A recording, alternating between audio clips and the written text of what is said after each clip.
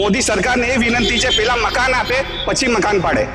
હાથ જોડીને બીજું કઈ અમારી વિનંતી નથી. મારી નાના નાના છોકરા છે, ઘર કે પડોશથી અમારે નહીં, કોઈ કમાવા વાળા નહીં. અમે છોકરી ક્યાં રોડ ઉપર રહીએ? આ ચોમાસાના ટાઈમમાં અમે ક્યાં જઈએ રહેવા? અમે ક્યાં નાના નાના છોકરા છે, અમે ક્યાં લઈને અમે ફેમિલી લઈને ચોમાસાનો ટાઈમ ક્યાં જઈએ અમે? એક છોકરાને એક્સિડન્ટ થઈ ગઈ પ્યારમાં, એક બીમાર છે કે શું કરીએ સાહેબ? એક સરકારને એવું કહો કે અમે ક્યાંક ભાડે અપાઈ દો, ક્યાંક મકાન નાનો મોટા અમે તો અમે બધા રહી શકીએ એમાં. ના, આ તમારે હટાવવું જ પડશે. કઈને આવીને કરીને ગયા. જે ગરીબ માણસ છે એને પેલા વ્યવસ્થા કરે પછી પાડે મકાન.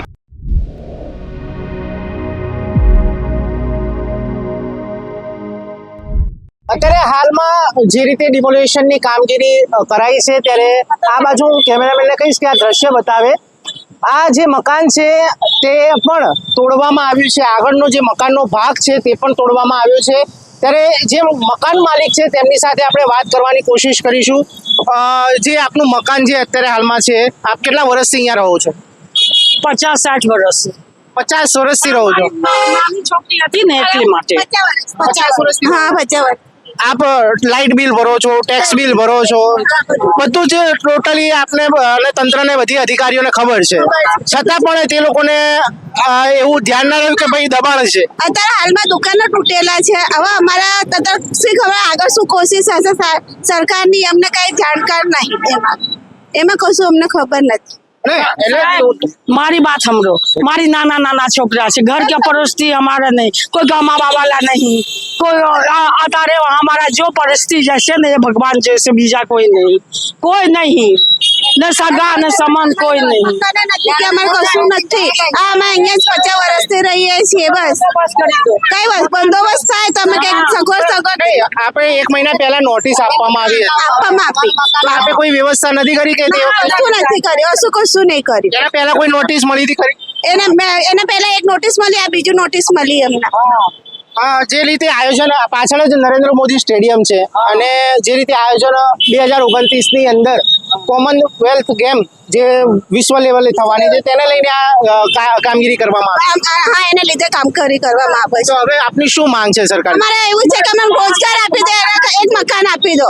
અમે ક્યાં નાના નાના છોકરા છે, અમે ક્યાં લઈને અમે ફેમિલી લઈને ચોમાસાનો ટાઈમ ક્યાં જઈએ અમે? બીજું કશું નહીં. અમને કઈ ટાઈમ આપો. તો અત્યારે કहाँ जाइए साहब? નાના નાના છોકરા છે, એક છોકરાને એક્સિડન્ટ થઈ ગઈ પ્યારમાં, એક બીમાર છે કે શું કરીએ સાહેબ? એક કિડનીનું પેશન્ટ છે, અમે ભાઈ લોકો, અમે પપ્પા હાર્ટનું પેશન્ટ છે, અમે ક્યાં જઈએ? અમે હું એકલી છોકરી ક્યાં દોડવાનું હોય? હું કામ ધંધા વાળું સિલાઈ કામ કરીએ છીએ અમે. આ તો અત્યારે હાલમાં જે કામગીરી કરાઈ છે, તો અહીંયા કોઈ અધિકારી કે કોઈ આવ્યું તું ખરી મળવા માટે આપણે? હજુ કોઈ નથી, કોઈ નહીં આવ્યું. આના પહેલા કોઈ આવ્યું તું ખરી? ના, એના પહેલા કોઈ નહીં આવ્યું. અત્યારે પહેલા તમે આવ્યા છો. તો શું માંગ છે હવે સરકાર જોડે, શું અપેક્ષા રાખો? એટલી જ માંગ કરે કે અમને ક્યાંક મકાન આપો, યા તો અમારે સગવડ ક્યાંક તો વ્યવસ્થા કરો રહેવાની. કારણ કે અમે ચોમાસા કેવી રીતે અમે નાના નાના છોકરા, સરકારને એવું કહો કે અમે ક્યાંક ભાડે અપાઈ દો, ક્યાંક મકાન નાનો મોટા અમે તો અમે બધા રહી શકીએ એમાં. 50 વર્ષથી આપ રહો છો, ટેક્સ બિલ ભરો છો, લાઇટ બિલ ભરો છો, છતાં પણ આ ઘોર તંત્ર જે છે તે લોકોને ખબર નથી પડી કે ભાઈ ટેક્સ બિલ ભરે છે, લાઇટ બિલ ભરે છે, છતાં પણ અત્યારે હવે 12 વર્ષે કેવી પેલી ગુજરાતીમાં કહેવત છે ને, 12 વર્ષે બાવો જાગ્યો. ત્યારે હવે આ કામગીરી જે થઈ છે દબાણને લઈને, ત્યારે સ્થાનિકોમાં તો ભારે રોષ જોવા મળી રહ્યો છે. કારણ કે એ લોકોને કહેવું એમ છે કે અત્યાર સુધી એ લોકોને નથી ખબર. 50 વર્ષથી જ્યારે અમે કેમેરા ઓફ કર્યો ત્યારે કોઈ કેમેરા સામે બોલવા તૈયાર નથી. પણ જે લોકો કહી રહ્યા છે કેમેરાની પાછળ, તે લોકો કહી રહ્યા છે કે 50 વર્ષથી અમે ટેક્સ બિલ ભરીએ છીએ, લાઇટ બિલ ભરીએ છીએ, છતાં પણ એ વખતે કોઈને ખબર ના પડી. ત્યારે હવે 50 વર્ષ પછી તંત્ર જાગ્યું છે, અને ત્યારે ખબર પડી કે આ દબાણમાં આવતી વસ્તુઓ છે, ત્યારે એમણે કામગીરી કરીને તોડવામાં આવશે. 50 વર્ષથી આપ ટેક્સ બિલ ભરો છો, તંત્રને કોઈ ખબર નથી કે આ ગેરકાનૂની છે, દબાણ છે? દબાણ છે, કોઈ ખબર નથી. તો ટેક્સ બિલ બી ભર્યું, દંડ બી ભર્યો આપે. અમે ટેક્સ બિલ ભરતા હતા, લાઇટ બિલ ભરતા હતા. અમને કહેવામાં આવ્યું છે કે તમારા પાડવામાં આવશે. 2 મહિના પહેલા અમને નોટિસ આપી, પછી અમને નોટિસ પછી પણ આપી. અમને 2 દિવસ પહેલા કહીને ગયા હતા કે તમારું આ બધું પડી જશે, કે તમારું સગવડ સરકાર કરશે, પણ હજુ સુધી અમને કશું કર્યું નથી. સરકાર કરશે, હજી કર્યું નથી. આ મુદ્દે કોઈ અહીંયાના સ્થાનિક ધારાસભ્ય કે કોઈ કોર્પોરેટરને વાત કરી હતી તમે? ના કોઈને નહીં વાત.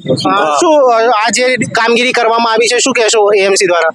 સાહેબ આમાં તો શું રેસિડેન્સીમાં અમારું છે ને મીટર બી રેસિડેન્સીમાં છે, ઘર બી રેસિડેન્સીમાં છે, પ્લસ બાજુમાં મારે ભાડાની દુકાન હતી, લાલાભાઈ પ્રજાપતિ હતા, એમની દુકાન ભાડાની હતી. એ ભાડાની મેં શિફ્ટ કરીને મેં ટેમ્પરરી અલ્પેશભાઈ પ્રજાપતિ મેં શિફ્ટ કરીને મેં અહીંયા રાખી હતી ટેમ્પરરી, કે મને ક્યાં દુકાને રેન્ટ ઉપર મળતી. કે મારી હાલત એકદમ પેલી, હું કિડની પેશન્ટ છું, એટલે હું પેલું થઈ ગયું. એટલા માટે ચલો આપણા છોકરા માટે હું ઘરમાં જ લઈ લઉં મારી શોપ. એટલે હું એકાદ વર્ષથી અહીંયા ચલાવતો હતો. એટલા માટે રેસિડેન્ટ સાહેબને મેં મ્યુનિસિપાલિટી કોર્પોરેશન સાહેબને વિનંતી કરી, સાહેબ આ મારા છે ને રેસિડેન્સીમાં છે, શટર રેસિડેન્સીમાં છે, એટલે કે દુકાનનું છે. મેં કીધું સાહેબ રેસિડેન્સીમાં મીટર છે, તમે જો બીજે રેસિડેન્સીની અંદર મીટર છે, કોઈ દુકાનના અંદર કોઈ મીટર નથી. આ જે છે આ તમે તપાસ કરી શકો. ના આ તમારે હટાવવું જ પડશે. કઈને આવીને કરીને ગયા. શું માંગ છે સરકાર જોડે? સરકાર જોડે એમ ડિમાન્ડ છે અમારે, જો મકાન કદાચ આ પાડે સરકાર તો એને આગળ પેલા એ વિકલ્પ વ્યવસ્થા કરે. જે ગરીબ માણસ છે એને પેલા વ્યવસ્થા કરે, પછી પાડે મકાન. બીજું કોઈ અમારી માંગ નથી, ના અમારી દુકાનની માંગ છે, ના કઈ માંગ છે. ગવર્મેન્ટ જોડે આ માંગ છે, મોદી સરકાર જોડે, કે પેલા મકાનની વ્યવસ્થા કરે, હરેક ગરીબ માણસની મકાનની વ્યવસ્થા કરે, પછી એ મકાનો લોકોને આગળ પાડે. ઘણા મકાનો સરકાર તરફથી, ચાહે ગુજરાત સરકાર હોય કે કેન્દ્ર સરકાર, પ્રધાનમંત્રી આવાસ યોજના છે, મુખ્યમંત્રી આવાસ યોજના છે, આવી બધી ઘણી બધી સરકારની યોજનાઓ છે, તેમાં પણ મકાન ઘણા લોકોને મળ્યા છે. વાત સાચી સાહેબ તમારી, ઘણા લોકોને મકાનો, પણ જે મકાન 50-60 વર્ષથી મકાનો રહે છે, લોકો રહે છે અહીંયા, કોઈના 50 વર્ષ થઈ ગયા, કોઈના 60 વર્ષ થઈ ગયા. પેલા મોદી સરકારને એ વિનંતી છે, પેલા મકાન આપે પછી મકાન પાડે. હાથ જોડીને બીજું કઈ અમારી વિનંતી નથી. ના દુકાન જોઈએ, ના કઈ જોઈએ. તમે પેલા મકાન જ્યારે પાડવા આવો અહીંયા, તો પેલા મકાન પેલા વ્યવસ્થા કરે, કે નાના છોકરાઓ છે, નાના કોઈ કિડની પેશન્ટ છે, કોઈ હાર્ટનું પેશન્ટ છે, કોઈ તકલીફ છે, બસ એ આ વસ્તુ છે સાહેબ, બીજી કોઈ વિનંતી નથી અમારે. અમે છોકરી ક્યાં જઈએ સાહેબ? અમે છોકરી ક્યાં રોડ ઉપર રહીએ? આ ચોમાસાના ટાઈમમાં અમે ક્યાં જઈએ રહેવા? અમારે કઈ સગવડ મળે ત્યારે અમે સરકારને તમે કહેશો, તમને અમારે સુવિધા કરશે. સરકાર કે કોઈ આ વાતો છે બીજું બધી શું? લોકોની, કે કોઈ કે 2 મહિનામાં પાડી નાખશે, કોઈ કે 6 મહિનામાં, કોઈ કે 1 મહિનામાં, કોઈ અઠવાડિયે. આ વાતો ગવર્મેન્ટ આવીને, સરકાર આવીને રિસર્ચ કરે કે આ કેટલા પાડે, પેલા મકાનની વ્યવસ્થા કરે, પછી મકાન પાડે. પેલા મકાનની અમારી આ જ વિનંતી છે. હા ગોપાલભાઈ, આટલી જ વિનંતી. મારું એક્સિડન્ટ થયેલું છે સર, 6 મહિનાથી હું લાચાર છું, કમાવા કરવા લાયક બી નથી. ચોક્કસ.